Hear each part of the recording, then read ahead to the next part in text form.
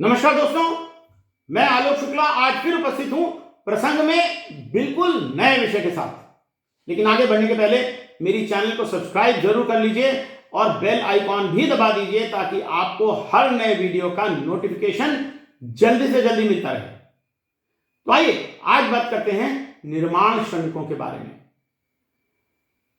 आज बात करेंगे हमारी सड़कों, पुलों, स्कूलों, अस्पतालों, घरों, बाजारों, फैक्ट्रियों आदि को बनाने वाले उन श्रमिकों के बारे में जिन्हें बड़े बड़े भवन बनाने के अवसर तो मिलते हैं लेकिन जिनके पास अक्सर अपनी छत भी नहीं होती। निर्माण श्रमिकों का काम न केवल कठिन और बहुत मेहनत का है बल्कि कई बार तो उनका काम बहुत खतरनाक भी होता है। निर्माण उद्योग श्रम प्रधान उद्योग है। इस उद्योग में लगभग 4 करोड़ असंगठित श्रमिक काम करते हैं। रोजगार की आकस्मिक प्रकृति के कारण इन श्रमिकों को रोजगार की तलाश में एक राज्य से दूसरे राज्य में जाना पड़ता है। लगातार एक स्थान से दूसरे स्थान जाते रहने के कारण इनके बीच अशिक्षा भी बनी रहती है। निर्माण कार्य कठिन मेहनत का तो होता ही है, साथ ही निर्माण श्रमिकों को ऐसे काम भी करने पड़ते हैं जो शरीर पर बहुत बोझ डाल सकते हैं। उन्हें भारी वस्तुओं को उठाना और ले जाना पड़ता है। अत्यधिक गर्मी और अत्यधिक सर्दी में भी वो काम करते हैं। खराब मौसम में भी उनका काम तो चलता ही रहता है। लगातार सावधानी बरतने की आवश्यकता तो होती ही है। गंभीर चोटों को लगने का खतरा भी होता है। उन्हें अनेक स्वास्थ्य संबंधी समस्याएं भी भुगतनी पड़ती हैं। YouTube की चैनल TVK पर निर्माण कार्यस्थल पर खतरों के बारे में एक animation video creative commons attribution licence reuse allowed के अंतर्गत उपलब्ध है। मैं वीडियो आपको दिखा रहा हूं और वीडियो का लिंक डिस्क्रिप्शन बॉक्स में दे रहा हूं। This animation is about an accident in which an employee was crushed between a swaying load and scaffolding.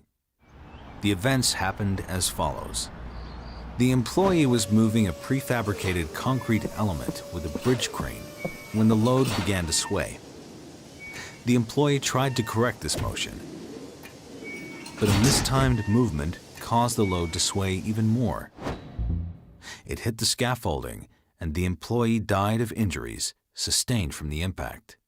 The best way to prevent an accident like this is to mitigate the risks associated with lifting and hoisting activities and to identify potential hazard zones. The most important steps have been outlined below.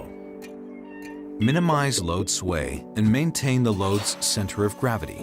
Use the right lifting equipment for the load and ensure that the equipment has been inspected and approved.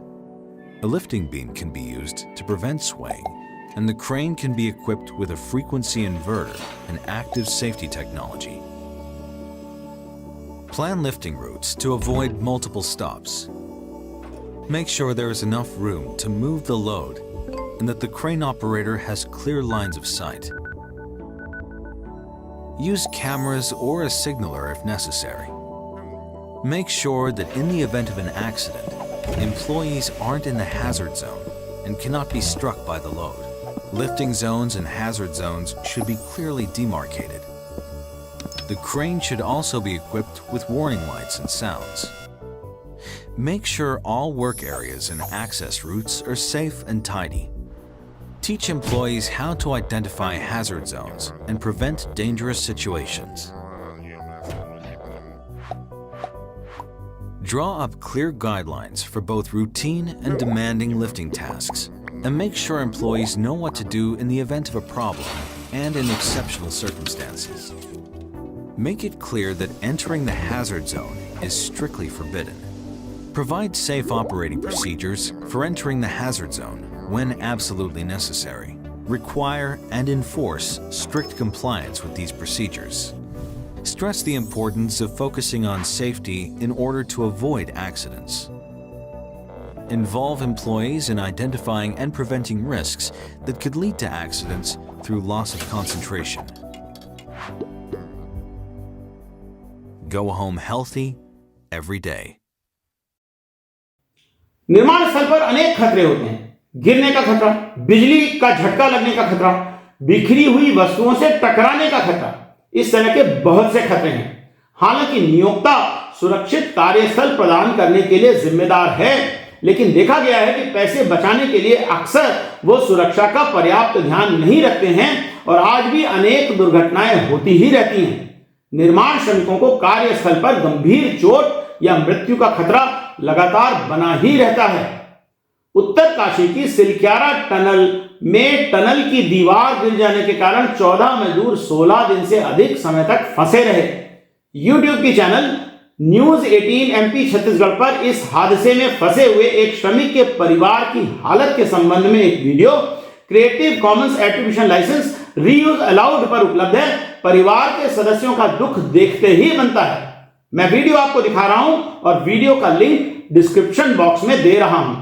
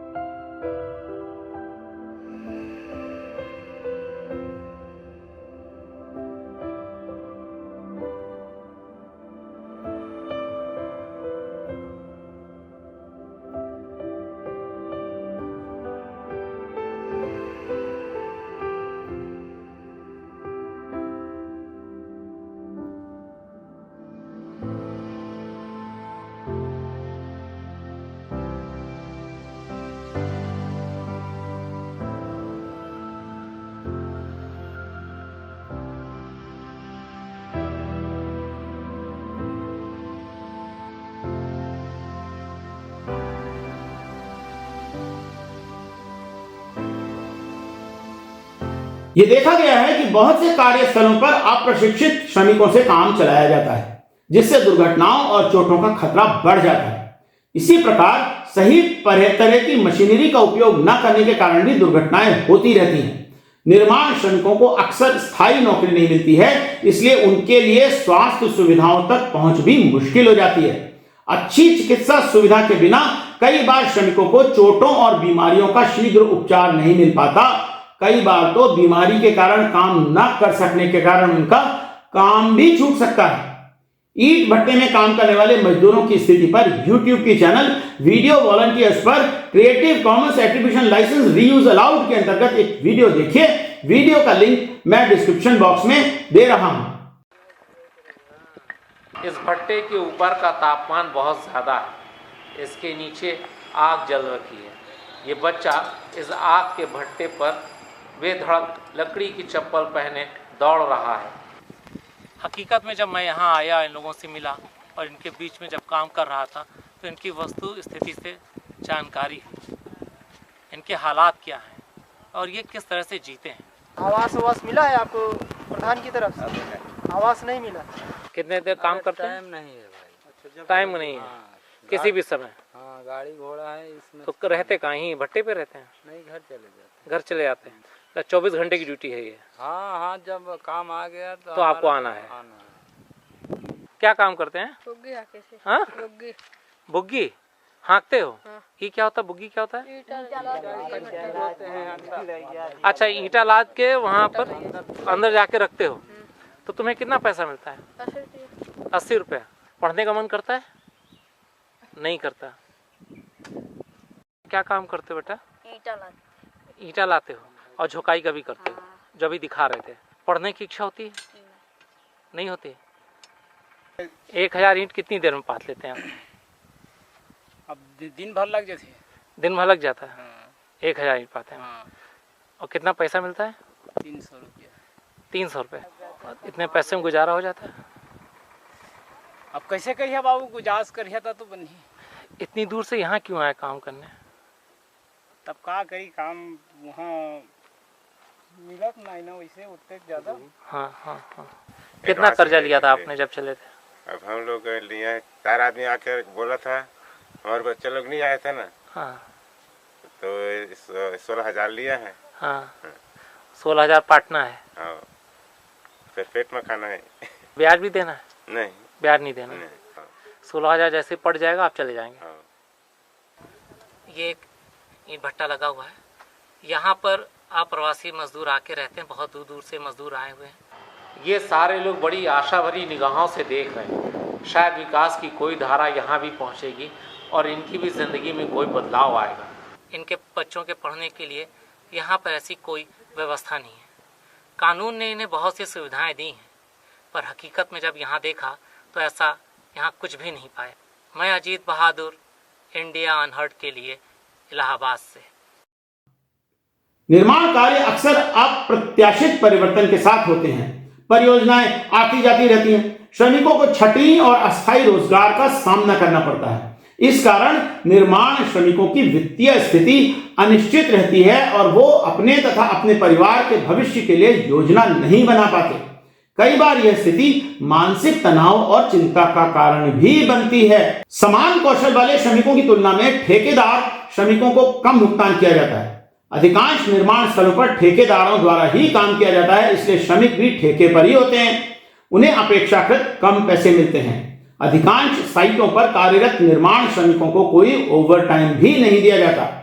निर्माण श्रमिकों की दुर्दशा पर YouTube की channel news click in पर creative commons attribution licence reuse allowed के अंतर्गत उपलब्ध इस वीडियो का अंश देखिए।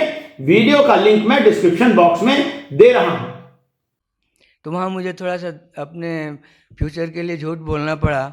मैं ठेकेदार से बोला भाई पैसे नहीं दोगे तो अच्छी बात है, लेकिन अगर मेरे पेट में दर्द हो रहा है, मुझे दवाई के लिए पैसे दोगे तो मैं थोड़ा दवा लेके फिर आपका काम कर सकता हूँ। तो उन्होंने 100-200 रुपये हमें दिए और फिर वहाँ से मैं चोरी वहाँ से भाग निकला, अपना बैग उठा। 30 साल हो गया सर। 30 साल? हाँ जी, जब से मैं मजदूरी कर रही हूँ, सबका घर बनाती हूँ, मगर मैं खुद किराए में रहती हूँ। तो उन बड़ी कंपनियों और मजदूरों के बीच का जो संबंध है वो अजीब सा संबंध है, क्योंकि एम्प्लॉयर और एम्प्लॉय के बीच का जो संबंध है वो कहीं सीधा नहीं है। जैसा कि आपने कहा, लीली ने कहा, गंगाराम जी ने कहा, उनके बीच ठेकेदारों की एक श्रृंखला रहती है। बड़े कोई कभी मजदूर अमूमन जानता नहीं है कि उसका एम्प्लॉयर कौन है। वो उसको कभी कुछ ज़रूरत होती है, कभी कोई संकट होता है, तो वो अपने ठेकेदार के ऊपर नहीं जा पाता है। ठेकेदार और उस ठेकेदार के ऊपर ठेकेदार होता है और उसके ऊपर कई लंबी श्रृंखला होती है। निर्माण परियोजनाओं में अधिकतर प्रवासी मजदूर ही काम करते हैं। उन्हें स्थानीय श्रमिकों की तुलना में कम पैसे मिलते हैं। उन्हें उच्च जोखिम वाले क्षेत्रों में काम करना पड़ता है। अस्थायी होने के कारण उन्हें आवास और अन्य बुनियादी सुविधाएं भी नहीं मिलती हैं। उन्हें अक्सर अपने परिवार से दूर रहना पड़ता है। उन्हें सामाजिक सुरक्षा के अवसर भी नहीं मिल पाते।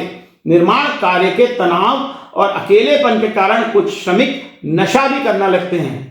मादक पदार्थों के सेवन से काम पर दुर्घटनाओं और चोटों का खतरा भी बढ़ सकता है। भारत में निर्माण श्रमिकों को सुरक्षा प्रदान करने के लिए कुछ विधिक प्रावधान भी किए गए हैं, जिनमें से प्रमुख हैं: नंबर 1, BOCW अधिनियम, भवन और अन्य निर्माण श्रमिक रोजगार और सेवाओं की स्थिति का विनियमन अधिनियम 1996।